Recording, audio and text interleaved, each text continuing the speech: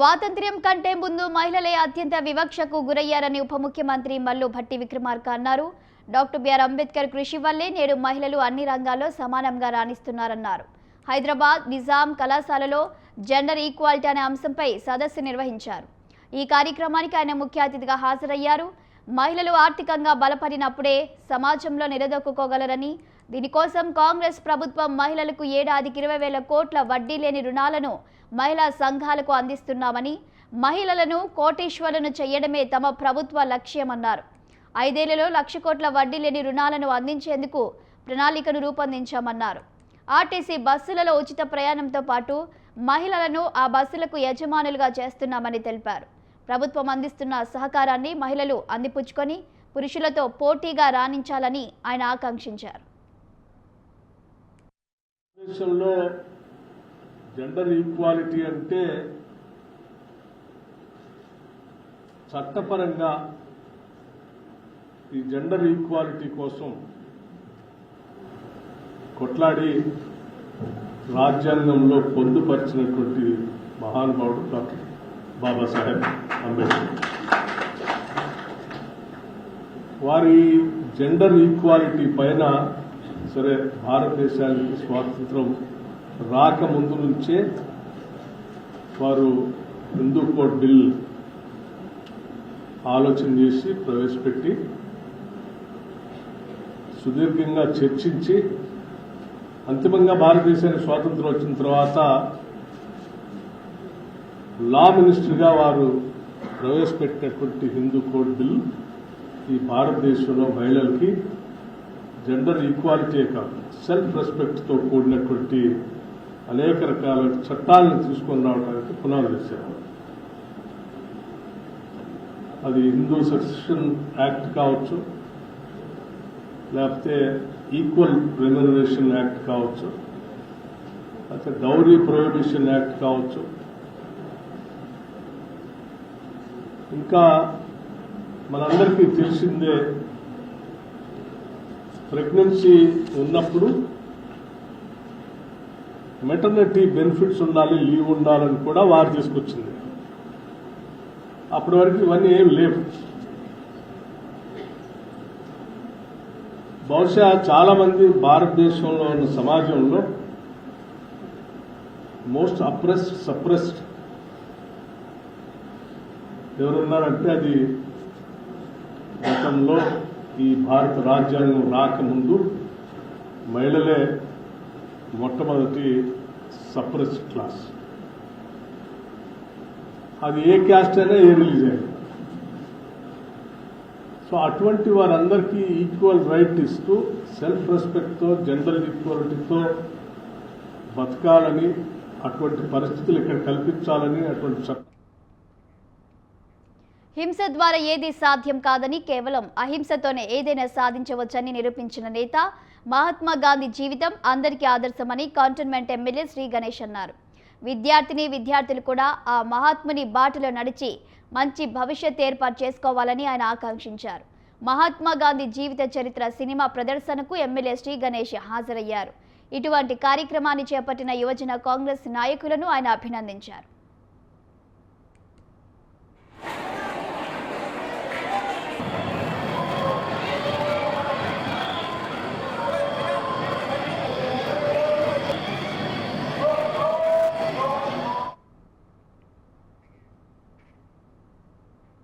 కాంగ్రెస్ ప్రభుత్వం గతంలో కంటే ఎక్కువ చెక్కులు పంపిణీ చేస్తుందని ప్రభుత్వ సలహాదారుడు వేణుగోపాలరావు తెలిపారు.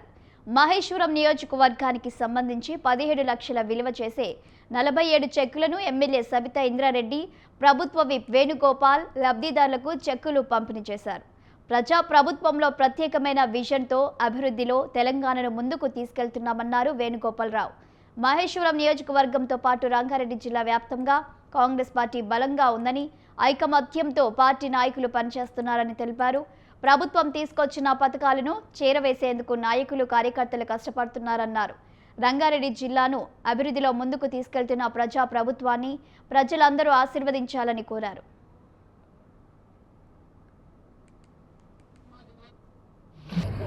సంప్రదాయాలను కాపాడుకుంటూ భవిష్యత్ తరాలకి మన సంప్రదాయాన్ని అందించే విధంగా ఎవరమున్నా ఏ ప్రభుత్వం ఉన్నా కూడా సంప్రదాయాలను ఎంకరేజ్ చేసుకుంటూ ప్రభుత్వ పరంగా సాయం అందించే దాంట్లో ప్రధానంగా మన తెలంగాణ రాష్ట్ర ప్రభుత్వం ముందుందన్న దానికి గతంలో కానీ ఇప్పుడే కానీ తప్పకుండా అభినందించాలి. గతంలో తెలంగాణ రాగానే తెలంగాణ యాసను భాషను కూడా నెగిటివ్ గా చూపించే ప్రయత్నం, విమర్శించే ప్రయత్నం ఉండేది. కానీ తెలంగాణ వచ్చిన తర్వాత మన తెలంగాణ భాషలో ఉన్న తీయదనం కానీ కమ్మదనం కానీ అదేవిధంగా నిజాయితీగా మాట్లాడే మాట తీరు కానీ ఇప్పుడు అందరూ అర్థం చేసుకుంటూ తెలంగాణ భాషను సంస్కృతి కూడా పెద్దపీట వేస్తున్న సందర్భం.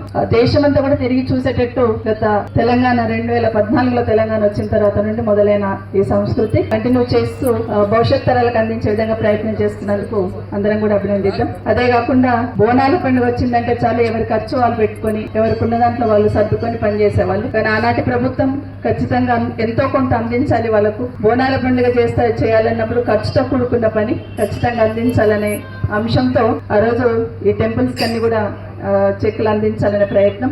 అదే కాకుండా బతుకమ్మ పండుగ వస్తే కూడా దేశవ్యాప్తంగా కూడా గుర్తింపు పొందేటట్టు అందరి సహకారంతో చేవెళ్ల నియోజకవర్గాన్ని ఆదర్శంగా తీర్చిదిద్దుతానన్నారు రాష్ట్ర ప్రభుత్వ చీఫ్ విప్ డాక్టర్ పట్నం మహేందర్ రెడ్డి. ఎమ్మెల్యే కాళీ యాదయ్య రంగారెడ్డి జిల్లా శంకర్పల్లి మండలంలోని ఎస్వీఎంసీ హాస్టల్ భవనాన్ని ప్రారంభించారు పట్నం మహేందర్ రెడ్డి. ఎమ్మెల్యే కాళీ యాదయ్య అనంతరం మొక్కలు నాటారు. 20 లక్షలతో నిర్మించిన సీసీ రోడ్లు, 10 లక్షలతో నిర్మించనున్న యూత్ బిల్డింగ్ పనులను ప్రారంభించారు. శంకర్పల్లి మండలంలో మౌలిక సదుపాయాలు కల్పించేందుకు ఎన్ని నిధులైనా ఎమ్మెల్యే సహకారంతో అందిస్తామన్నారు పట్నం మహేందర్ రెడ్డి. అందరి సహకారంతో చేవెళ్ల నియోజకవర్గాన్ని ఆదర్శంగా తీర్చిదిద్దుతా అని ఎమ్మెల్యే అన్నారు. రానున్న రోజుల్లో అభివృద్ధి చేసే దిశగా మేమంతా పనిచేస్తామన్నారు.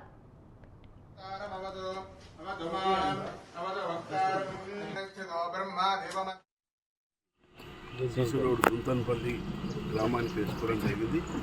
ఈ దుంతన్పల్లితో పాటు శంకర్పల్లి ఉన్నటువంటి అన్ని గ్రామాలు కూడా సిటీకి దగ్గర ఉన్నటువంటి శంకర్పల్లి మండలంలో మరి సీసీ రోడ్లు కానీ ప్రజలకు ఏదైతే అభివృద్ధి కార్యక్రమాలు అడగకుండా చేయవలసిన బాధ్యత ఎమ్మెల్యే అందరూ కూడా ఉన్నది. మరి పెద్ద ఎత్తున సీనియర్ ముందుకు వచ్చి మరి ఈ సీసీ రోడ్డు ప్రారంభించడం వాళ్ళ గ్రామ పెద్దలంతా కూడా ఈ కార్యక్రమంలో పాల్గొని చక్కని సీసీ రోడ్డు వేసుకోవడం జరిగింది. ఇంకా ఏ గ్రామాల్లో కూడా తప్పకుండా సీసీ రోడ్డు వేయడానికి ఎమ్మెల్యే గారు ముందు తుల్పల్లిలో వివిధ అభివృద్ధి కార్యక్రమాలు సీసీ రోడ్డు, మెయిన్ రోడ్ నుంచి సీసీ రోడ్డు, అదేవిధంగా యూత్ బిల్డింగ్ హెచ్డిఎఫ్లో 10 లక్షలు 20 లక్షలతో చేయడం జరిగింది. ఇవే కావు నిరంతరం జరిగే ప్రక్రియ అభివృద్ధి కార్యక్రమాలు, గ్రామానికి అవసరమయ్యే కార్యక్రమాలు ఈ ఒక్క గ్రామం కాదు, మన మండలంలో ఉన్నటువంటి అన్ని గ్రామాలకు కూడా వివిధ అభివృద్ధి కార్యక్రమాలు చేపట్టడానికి ప్రభుత్వం ముందు. తుల్పల్లిలో వివిధ అభివృద్ధి కార్యక్రమాలు సీసీ రోడ్డు. స్థానిక సంస్థలలో బీసీలకు 42% రిజర్వేషన్లు కల్పిస్తూ సీఎం రేవంత్ రెడ్డి జారీ చేయనున్న ఆర్డినెన్స్ చరిత్రలో నిలిచిపోనుందని సిరిసిల్ల జిల్లా కాంగ్రెస్ నేత నేవూరి వెంకటరెడ్డి అన్నారు. ప్రతిపక్ష నేతలు ధర్నాలు, నిరసనల పేరుతో చేస్తున్న డ్రామాలు ఇకనైనా ఆపాలని అన్నారు. రాహుల్ గాంధీ ఆదేశాలతో సీఎం రేవంత్ రెడ్డి, పీసీసీ అధ్యక్షుడు మహేష్ కుమార్ గౌడ్ బీసీ కులగణన పూర్తి చేశారని అన్నారు. కులగణన పూర్తి కావడంతో తెలంగాణ మోడల్ వైపు దేశం మొత్తం చూస్తుందని అన్నారు. స్థానిక సంస్థల ఎన్నికల్లో 42% రిజర్వేషన్లు చేయడంతో బీసీలు మొత్తం కాంగ్రెస్ ప్రభుత్వానికి రుణపడి ఉంటారని, రాజకీయంగా వారికి మంచి అవకాశాలు లభించినట్లవుతుందని అన్నారు. ప్రతిపక్ష పార్టీలు తప్పుడు ప్రచారాలు మానుకోవాలన్నారు. కాంగ్రెస్ పార్టీ అధికారంలోకి వచ్చిన తర్వాత పేదలకు ఎంతో మంచి పథకాలు అందుతున్నాయని తెలిపారు.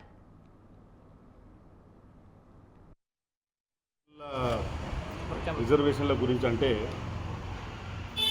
రాష్ట్ర ప్రభుత్వం గౌరవనీయులు మన యనమల రేవంత్ రెడ్డి గారు, మన ప్రియతమ ముఖ్యమంత్రి వర్యులు, అట్లాగే పిసిసి చీఫ్ మహేష్ కుమార్ గౌడ్ గారు వారు తీసుకున్న నిర్ణయం అనేది నిజానికి కూడా రాష్ట్ర చరిత్రలోనే ఇది లిఖించదగ్గ విషయం. ఎందుకంటే మా ప్రియతమ నాయకుడు రాహుల్ గాంధీ గారు ఈ బీసీల రిజర్వేషన్ ప్రక్రియ తీసుకురావడం అనేది నిజానికి తెలంగాణ రాష్ట్రంలోనే బీసీలకు 42% అనేది ఇవ్వడం అనేది నిజానికి గర్వించదగ్గ విషయం.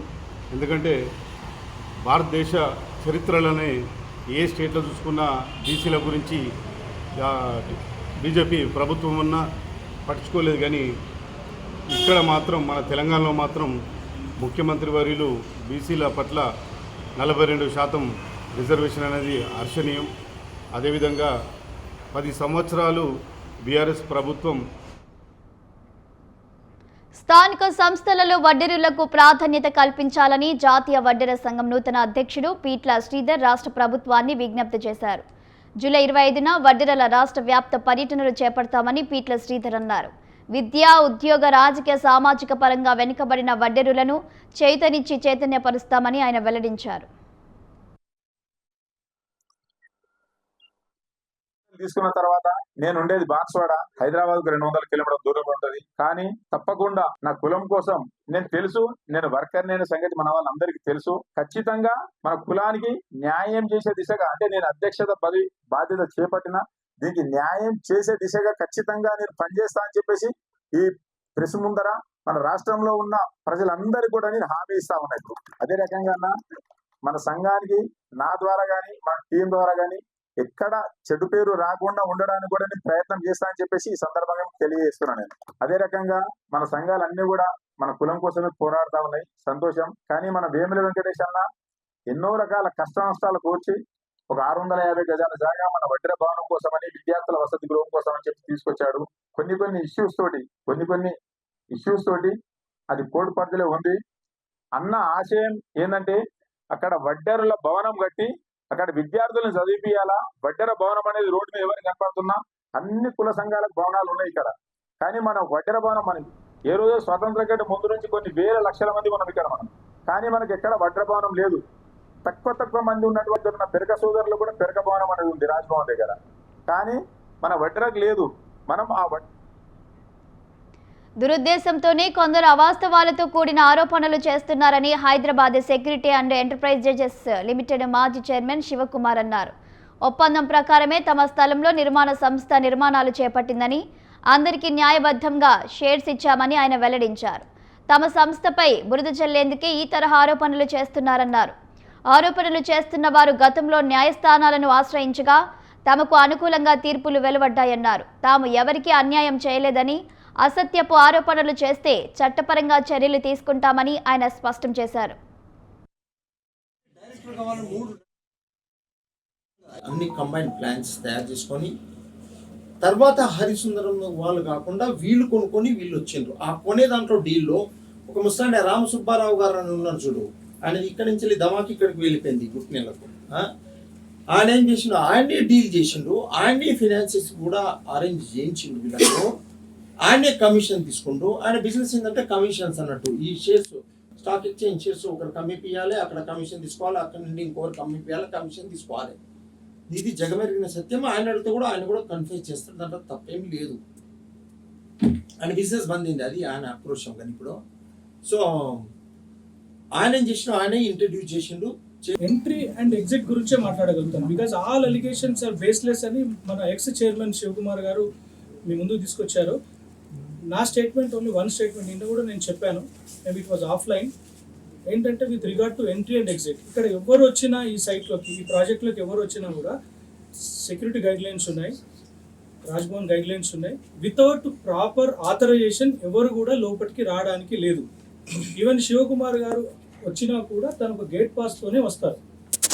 You will also show you ఎవరైనా other than our company person, even ఎవరైతే ఉన్నా కూడా ఇక్కడ టెనెంట్స్ ఉన్నా కూడా without valid passes they cannot enter. వాళ్ళు వచ్చిన పద్ధతి చూస్తే మీకు they have just passed before the gate. అది accept security person security job చేస్తాడండి. వాళ్ళకు ఒక రూల్స్ అండ్ రెగ్యులేషన్స్ మనం ఇస్తాము, వాళ్ళు they will follow those rules and regulations. వాళ్ళకి ఎగనెస్ట్గా మిస్బిహేవ్ చేస్తే దెర్ ఇస్ నో మీనింగ్, అవునా కదా? వాళ్ళకు అడిగింది ఒకటే, మీకు గేట్ పాస్ ఏదైనా ఉంటే మీరు లోపలికి రండి అని అన్నారు. అది తప్ప ఇంకా వేరే వాళ్ళకి యాక్సెస్ రిస్ట్రిక్షన్ అనేది ఎక్కడా అనిపించలేదు. ఇంకా వాళ్ళు ఏమి ప్రభుత్వ భూముల జోలికొస్తే అవతలి వారు ఎంతటి వారైనా సహించేది లేదని, కూల్చివేతలు తప్పవని రంగారెడ్డి జిల్లా మొయినాబాద్ తహసీల్దార్ గౌతమ్ కుమార్ తెలిపారు. అజిత్ నగర్లో సర్వే నెంబర్ 176లో గల ప్రభుత్వ భూమిని కబ్జా చేసేందుకు హైదరాబాద్కు చెందిన ఓ రియల్టర్ ప్రీకాస్ట్ వాల్ నిర్మాణం చేసి కబ్జాకు యత్నించారని ఆయన చెప్పుకొచ్చారు.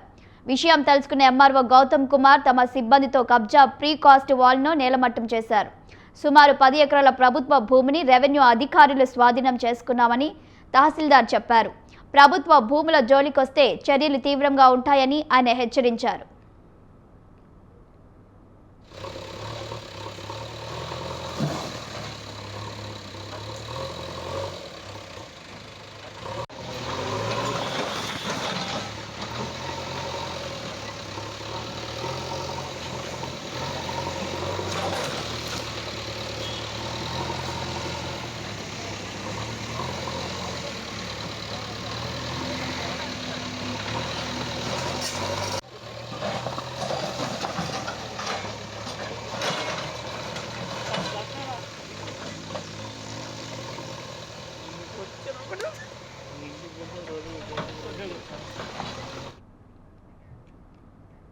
మద్యం మత్తులో వాహనాలు నడిపే ప్రమాదాన్ని అరికట్టడానికి హైదరాబాద్ నగర ట్రాఫిక్ పోలీసులు సరికొత్త చర్యలు చేపట్టారు.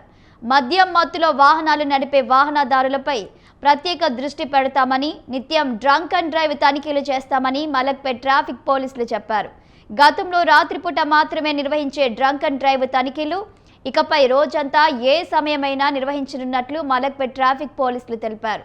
నగర పోలీస్ కమిషనర్, ట్రాఫిక్ అదనపు కమిషనర్ ఆదేశాల మేరకు ఈ నిర్ణయం తీసుకున్నారు. ఈ క్రమంలో మలక్పేట్, నల్గొండ క్రాస్ రోడ్డు తదితర ప్రధాన కూడళ్లలో నిత్యం డ్రంక్ అండ్ డ్రైవ్ తనిఖీలు నిర్వహిస్తున్నారు. ఇటీవలి కాలంలో మద్యం మత్తులో వాహనదారుల కారణంగా జరిగే రోడ్డు ప్రమాదాల వలన అమాయక ప్రజలు ప్రాణాలు కోల్పోతున్న ఘటనలు పెరిగిపోయాయని ట్రాఫిక్ పోలీసులు అంటున్నారు. అలాంటి సంఘటనలు పునరావృతం కాకుండా ఉండేందుకు మద్యం సేవించి వాహనాలు నడపకూడదన్న సంకల్పంతో ఈ చర్యలు చేపడుతున్నామని తెలిపారు.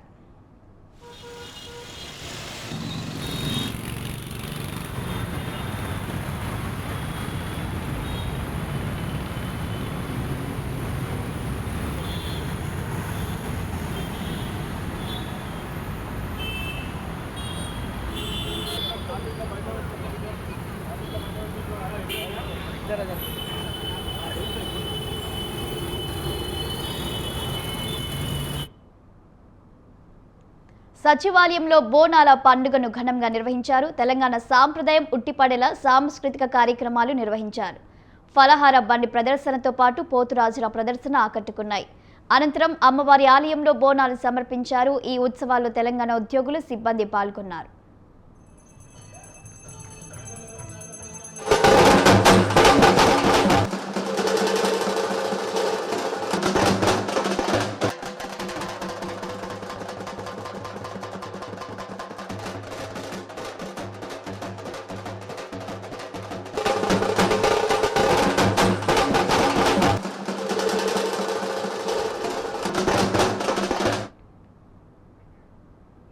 హైదరాబాద్ నగరంలో వర్షం దంచుకొట్టింది. ఫిలిం నగర్, మణికొండ, బంజారా హిల్స్, జూబ్లీ హిల్స్, పంజాగుట్ట, అమీర్పేట్, ఖైరతాబాద్, లగడికప్పుల్ ప్రాంతాల్లో భారీ వర్షం కురిసింది. వర్షం దెబ్బకు రోడ్లన్నీ జలమయమయ్యాయి. ఆఫీసులు ముగించుకొని సాయంత్రం ఇళ్లకు వెళ్తున్న ఉద్యోగులు ట్రాఫిక్లో చిక్కుకుపోయి నానా యాతన పడ్డారు.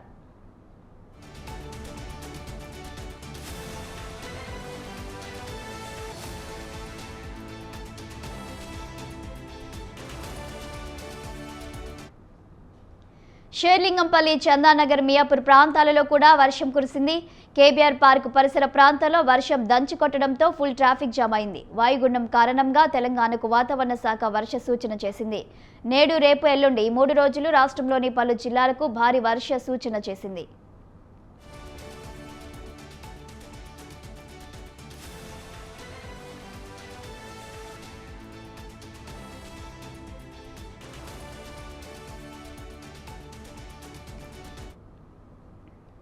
హైదరాబాద్, జయశంకర్, భూపాలపల్లి, కరీంనగర్, మహబూబ్ నగర్, మేడ్చల్, మల్కాజ్గిరి, ములుగు, నాగర్ కర్నూల్, పెద్దపల్లి, రంగారెడ్డి, సంగారెడ్డి, సిద్దిపేట, వికారాబాద్, వరంగల్, హన్మకొండ జిల్లాలో భారీ వర్షాలు కురిసే అవకాశం ఉందని వాతావరణ శాఖ హెచ్చరించింది. గంటకు 40 కిలోమీటర్ల వేగంతో ఈదురు గాలులు వీచే అవకాశం ఉందని కూడా తెలిపింది. జనగాం, నల్గొండ, సూర్యాపేట, యాదాద్రి, భువనగిరి జిల్లాలకు మోస్తారు వర్ష సూచన చేసింది.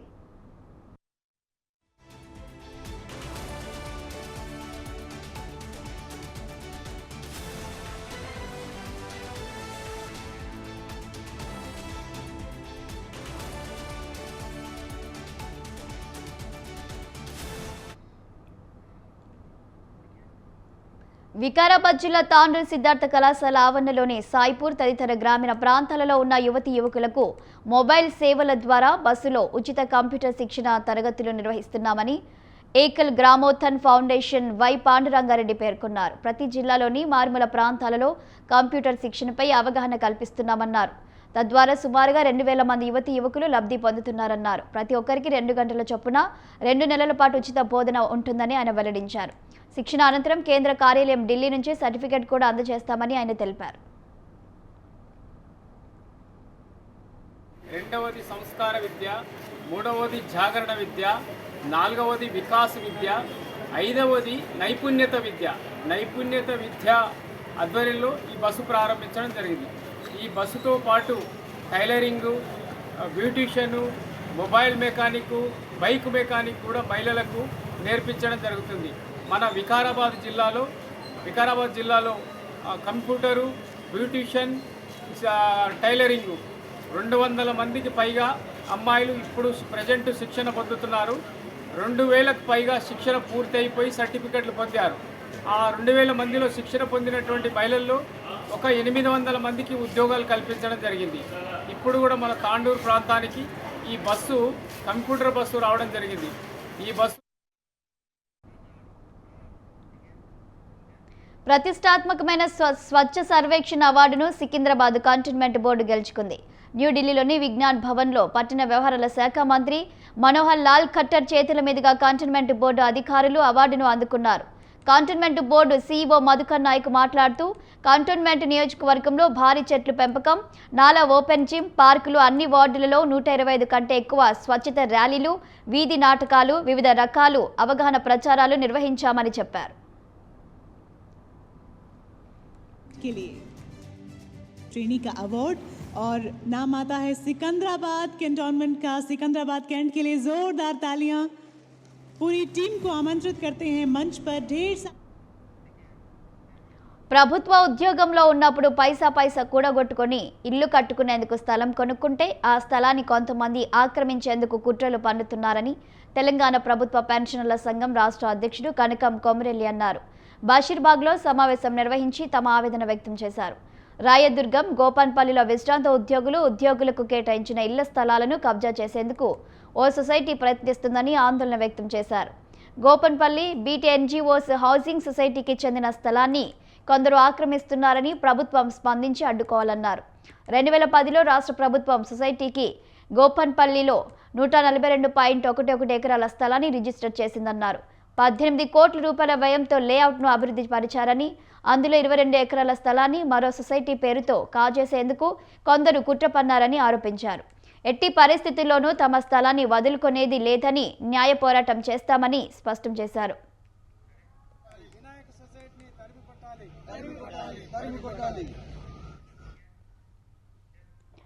గత ఏడాది సికింద్రాబాద్ గాంధీ ఆసుపత్రిలో గడువు ముగిసిన హెపటైటిస్ బి వ్యాక్సిన్లను నిర్లక్ష్యంగా ఇవ్వడంపై రాష్ట్ర మానవ హక్కుల కమిషన్ సీరియస్ అయింది.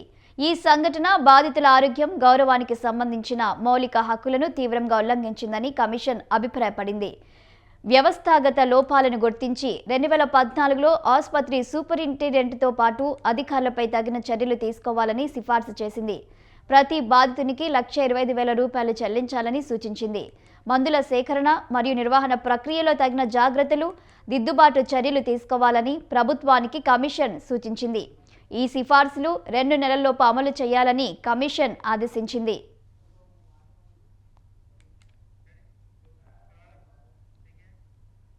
రంగారెడ్డి జిల్లా రాజేంద్రనగర్లో రోడ్డు ప్రమాదం జరిగింది. టమాటో లోడ్తో వెళ్తున్న డీసీఎం బోల్తా పడింది. ఈ ఘటనలో డ్రైవర్కు స్వల్ప గాయాలయ్యాయి. వెంటనే అతడిని స్థానికులు గమనించి ఆసుపత్రికి తరలించారు. అతివేగమే ప్రమాదానికి కారణమని స్థానికులు తెలిపారు. ప్రమాదం జరిగిన వెంటనే రోడ్డుపై పడిన టమాటాలను తీసుకెళ్లేందుకు కొందరు స్థానికులు ఎగబడ్డారు. ఈ ఘటనతో డైరీ ఫామ్ చౌరస్తాలో కొంతసేపు ట్రాఫిక్ అంతరాయం ఏర్పడింది. పోలీసులు కేసు నమోదు చేసి దర్యాప్తు చేస్తున్నారు.